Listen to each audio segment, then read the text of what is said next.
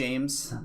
This is Star Wars Talk, where we're just gonna literally talk some Star Wars, especially with a day away from May the 4th. This is May the 4th Eve, if you will. And it's a really exciting time for Star Wars fans who really haven't had much of anything to look forward to for the last few months. Mandalorian's been over for I don't know how many months. So what is it? It's May already. This is crazy. This year is going by like so fast, which it just blows my mind how fast it's going.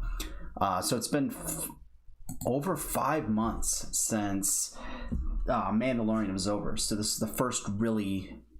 This is the first thing where we've gotten from Star Wars for quite a while, especially considering that we were supposed to get the Lego Star Wars game, the Skywalker Saga or whatever, should have been out by now, so there should have been something, but there wasn't. So, hello Omar, how you doing? Omar in chat.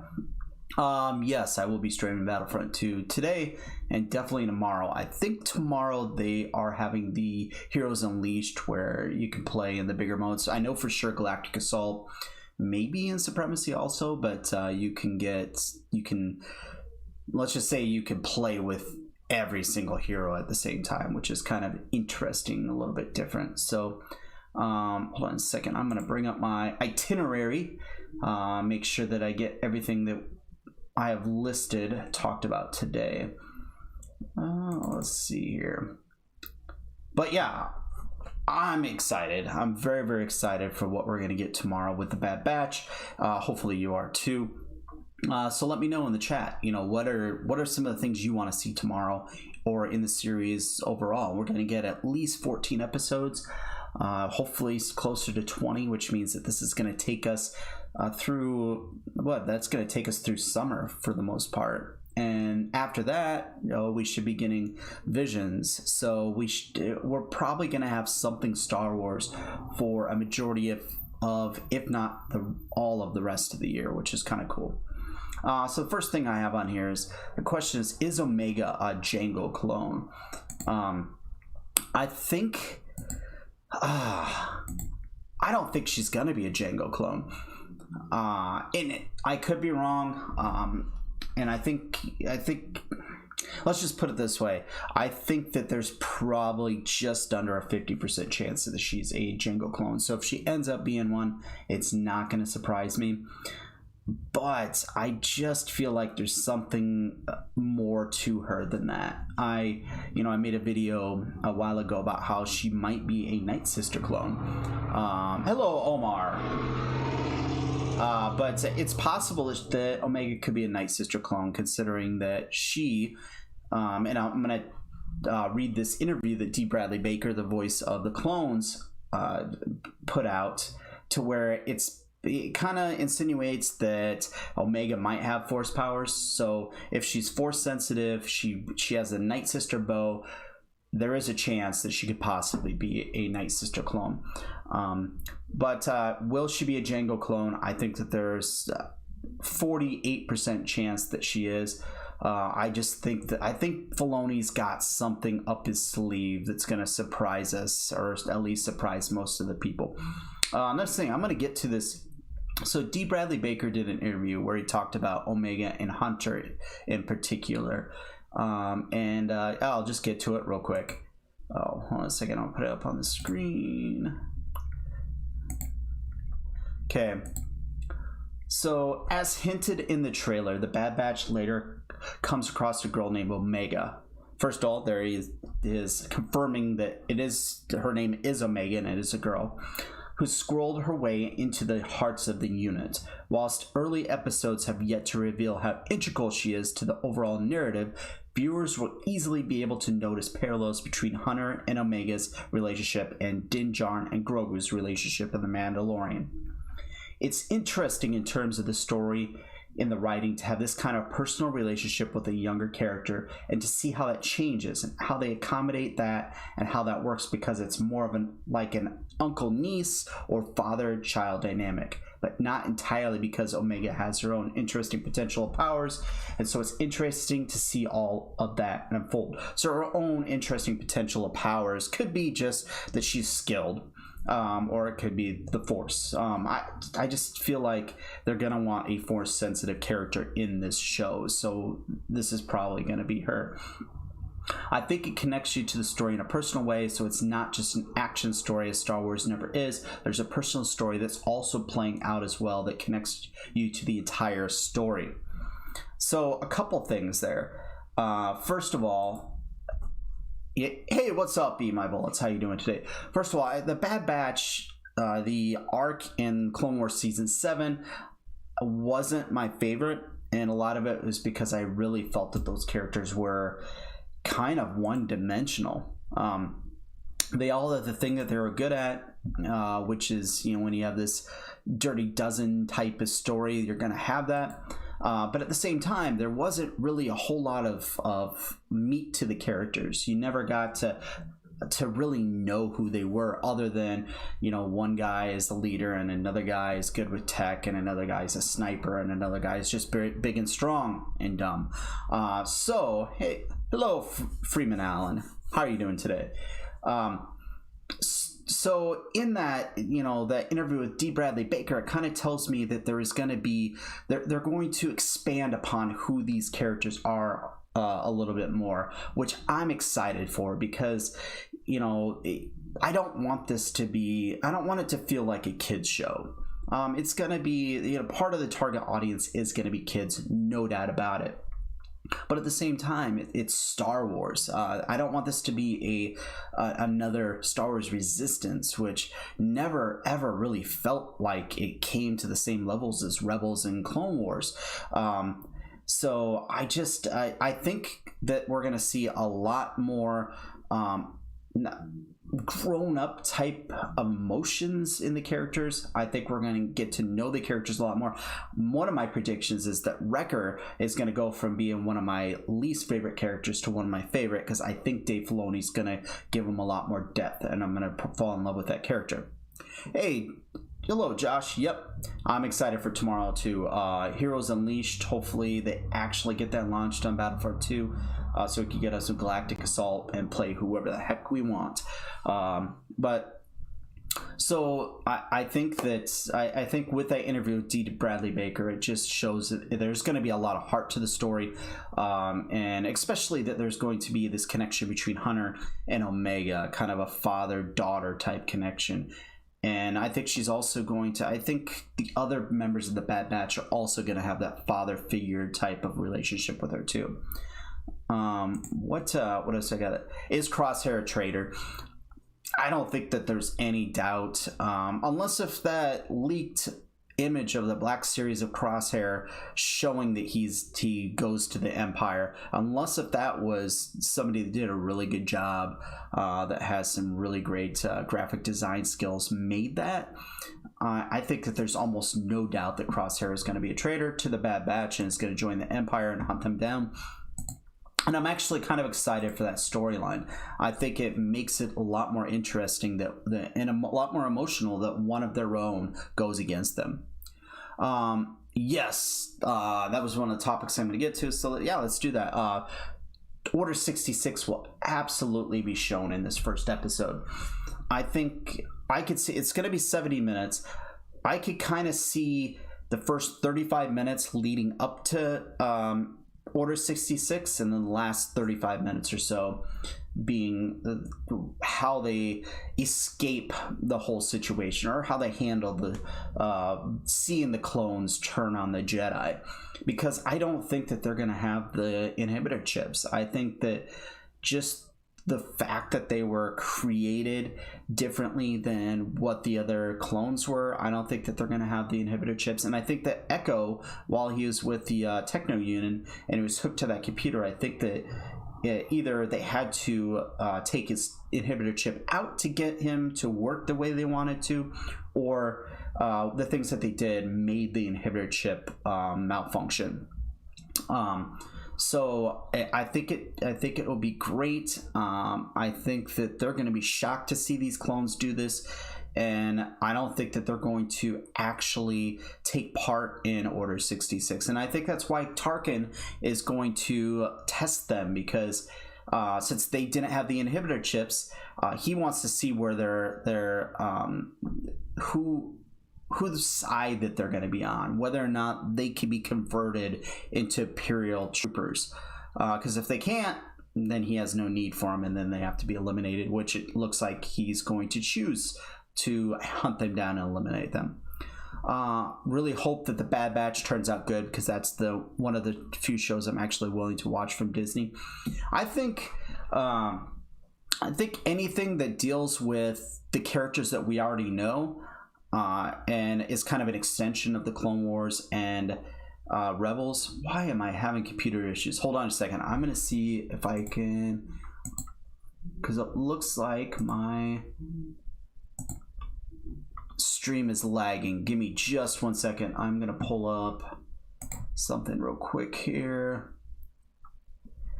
Why the heck?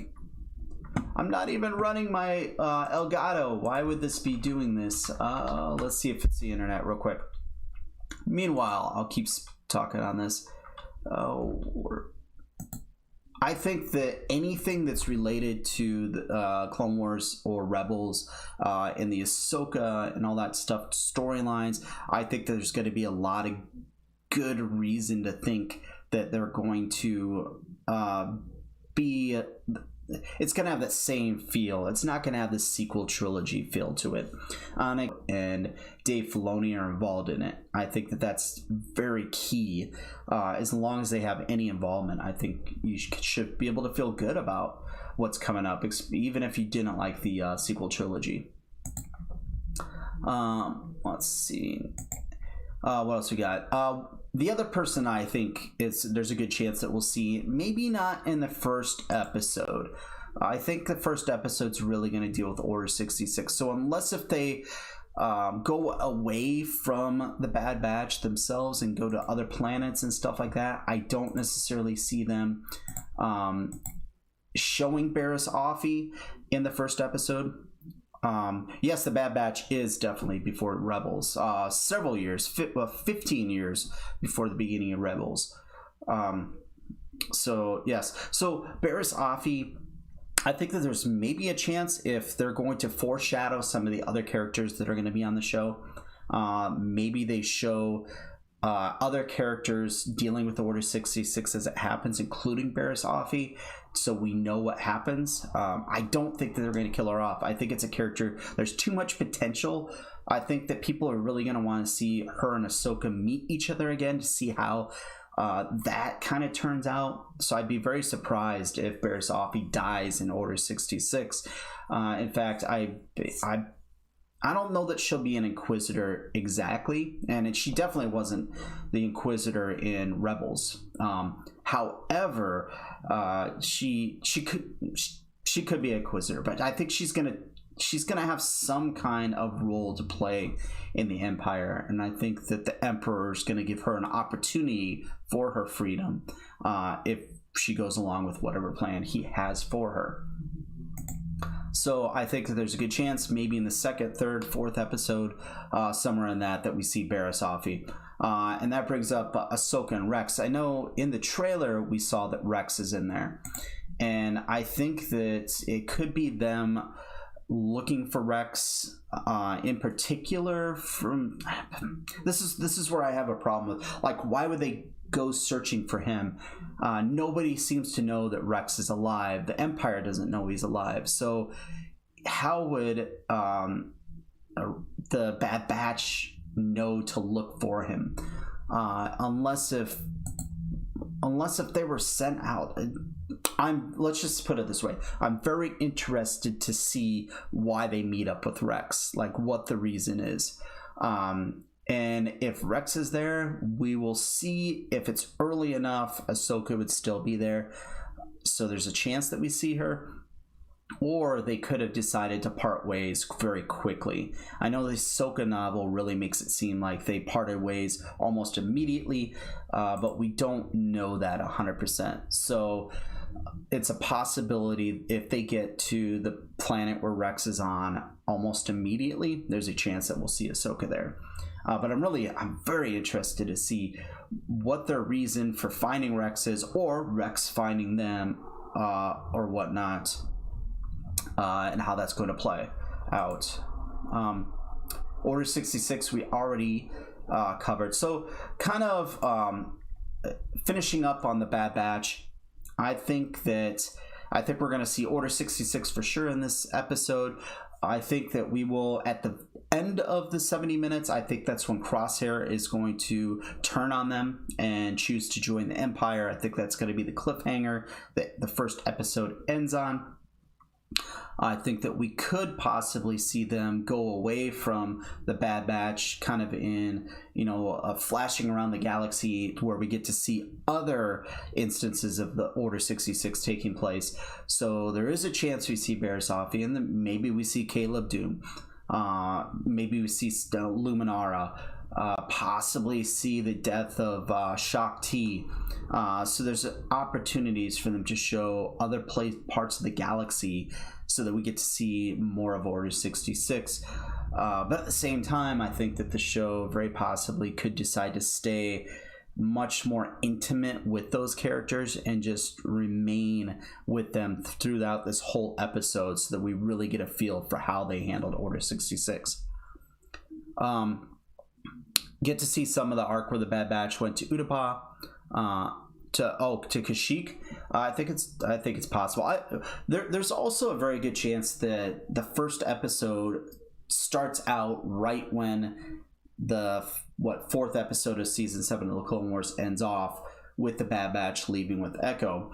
So if that's the case, then we could very well see Kashyyyk in there, and we'll have to, because there was at least a week, I would say at least a week in between when the Bad Batch arc happened and when Order 66 would have taken place. So I don't know that they would have the first episode taking place over the course of a week, and I do firmly believe that Order 66 will be part of that. So who knows? Maybe we'll get some flashbacks to when they left with Echo and left the planet.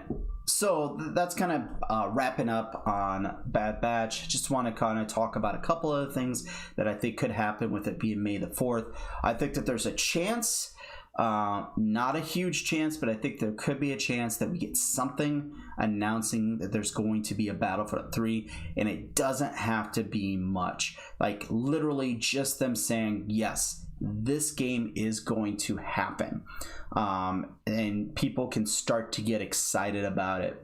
And to announce that with showing some of the things, in some kind of graphics of what we wanted to see in Battlefront 2 that we never got, I think would be really smart of them. That would be Ahsoka, that'd be Ventress, Coruscant, maybe Mace Windu, some of these other characters that we never got to see in Battlefront 2, that it's so obvious that they need to launch with when Battlefront 3 comes out. And yes, I'm 100% convinced that we will see a Battlefront 3. No if, ands, or but. So I think that there's a chance, though, a small chance, that we get an announcement that there's going to be a Battlefront 3 tomorrow. Hopefully I'm right. I think that there's also, I think there's a really good chance that we get a sizzle reel for the Obi-Wan series. Just some footage, behind the scene footage, maybe conversations with Ewan McGregor, maybe conversations with Hayden Christensen, since we really haven't seen too much of him talking Star Wars in quite a while. But to get to see him talk about being Anakin again would be really cool. And then maybe some just pictures or some video of behind the scenes going on with Obi-Wan. I don't think that we'll get much as far as learning what the storyline's going to be, or I think they're really going to wait until the series launches. Even the trailer, when it eventually comes out, I don't think it's really going to give us a great feel for what the Obi-Wan series is going to be about. This isn't a series that needs that. People are excited about the Obi-Wan series. They don't need to get people on board. So the less that they show, the better experience we're going to get when we finally see it. So yeah, hopefully we get an Obi-Wan scissor reel. In fact, I think that there's a very, very good chance that happens. And the last thing on this, the Andor trailer. I think there's a very, very good chance we get an Andor trailer. It just makes too much sense for them not to do it. This is one of those series where they're going to have to give people more information about what it's going to be to get them excited. I would say the Andor series, amongst all the things other than the Droids animated series, I would say the Andor series is the one that people are least excited about right now. And the Disney execs have to know that. They have to know that there isn't a huge demand for the Andor series. So they're going to go out and more than likely, with the trailers, give us a much better view of what the storyline is going to be to get people to get excited for it. So hopefully we get a trailer, more of a teaser trailer than anything else, because we have quite a ways away until it comes out. Maybe even an announcement on release dates or a better idea of when they're going to release. Maybe not a specific date, but to maybe let us know the Andor series will be coming out in January next year or whatever it's going to be. And also with Obi-Wan, maybe they'll let us know, hey, this is going to be, the spring of next year is when it's going to come out, and then give us some ideas of when the other series beyond that might be coming out, and really get Star Wars fans excited for the Disney Plus experience that's going to be coming up. Oh, and one more thing I'll kind of throw in there. We don't have a legitimate animated series going forward right now, so I think it could be, the Visions is going to be cool, but that's not an actual like series like Clone Wars and Rebels was. I think that maybe we could get an announcement of just the name of and brief description of the next animated series that'll be coming up, hopefully sometime next year. Hopefully we don't end up with a 3 or 4 year stretch without an animated series for Star Wars. But anyways, that's all I have today. Alan Tudyk might not be coming back to reprise his role as K2SO. I heard that he's not in this season of Andor, so it's a question of whether or not there'll be a second season and whether he might actually be in that. Nothing against Alan Tudyk, and the thing is that he did a great job as K2SO. I don't think that that's a character where it's absolutely they have to have him to be able to have that character. But if they go multiple seasons of Andor, they almost have to have that character. We have to see where they meet or get some more scenes of showing their relationship. You can't. I don't think you could do Andor for multiple seasons and not show K2SO. So we'll see what happens there. But anyways, I'm going to wrap this up. I'm going to be getting on Battlefront 2 here in just a little bit. I'm going to have a little bit of a snack, get on some Battlefront 2 and try to whip some butt or get my butt whooped, one of the two. Everybody have a great day. May the Force be with you.